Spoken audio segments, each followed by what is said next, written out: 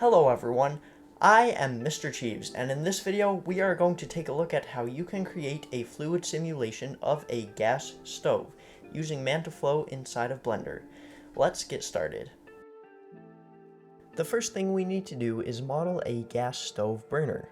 I'd recommend getting some reference images and just cranking something out real quick from a cylinder. Extrude, scale, and we're good. Make sure you have some sort of inset under ellipse so we can hide the source of our flames later on. Alt-select a face in the middle here to grab an entire ring and pull up the search menu with F3. Type in check or deselect, hit enter, and you should get something like this.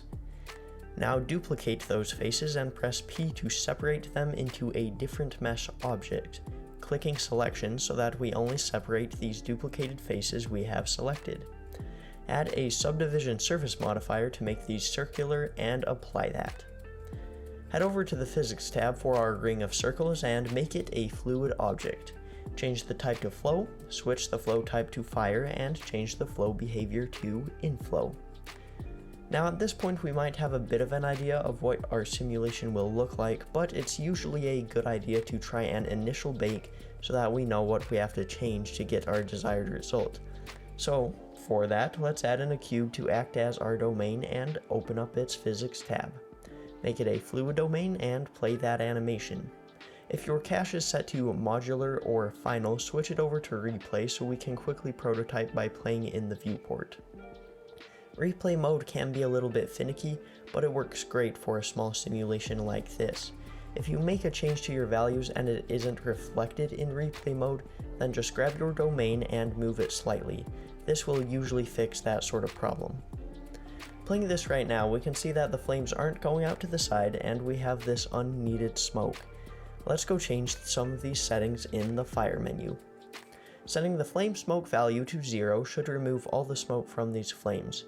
Given that we're in replay mode and it's a little glitchy, I was not able to get the smoke to be removed, and it only disappeared once I baked it in modular mode.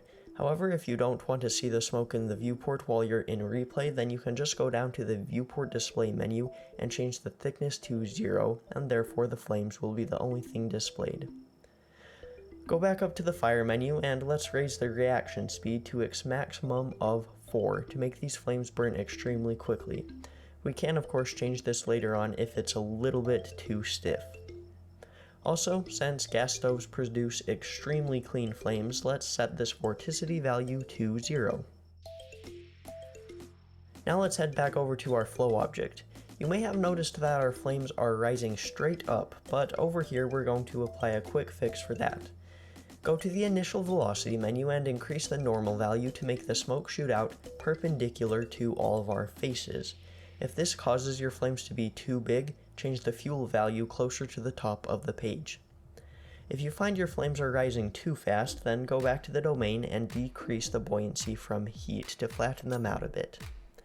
Now this looks pretty decent, but there is one thing that's missing, a bit of smoothness. There's one little trick we need to apply to smooth this out, but luckily it's pretty simple. Increase that CFL number. Yeah, I know that that value usually sits in the background forgotten, but we're going to use it today. I've noticed that the higher I increase this, the smoother and sharper the flames seem to be. It's a pretty small change, but it does affect the simulation a bit. Increasing the time steps maximum and minimum values and increasing the substeps in the inflow settings will make this even smoother at the cost of a slower bake time. If the shape of your flames doesn't curve quite enough, go ahead and add in a generic force object, moving it a bit above the center of the burner. Play around with the strength here until it looks good.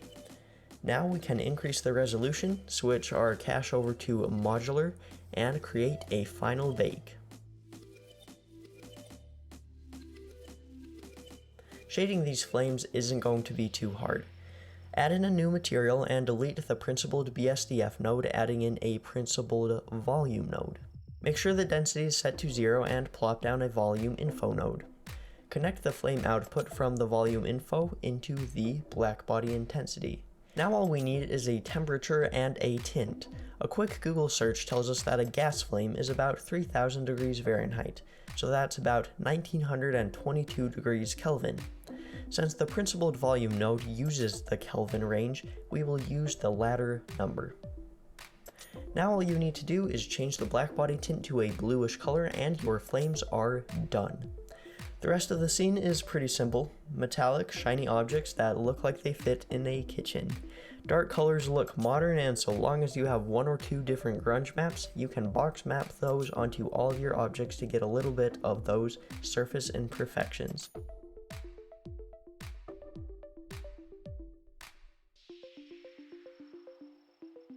If this video was enjoyable to watch or it helped you in any way, then be sure to like it and subscribe to my channel so you don't miss future videos where, if everything goes according to plan, we're going to be boiling water on this very stove inside of Blender.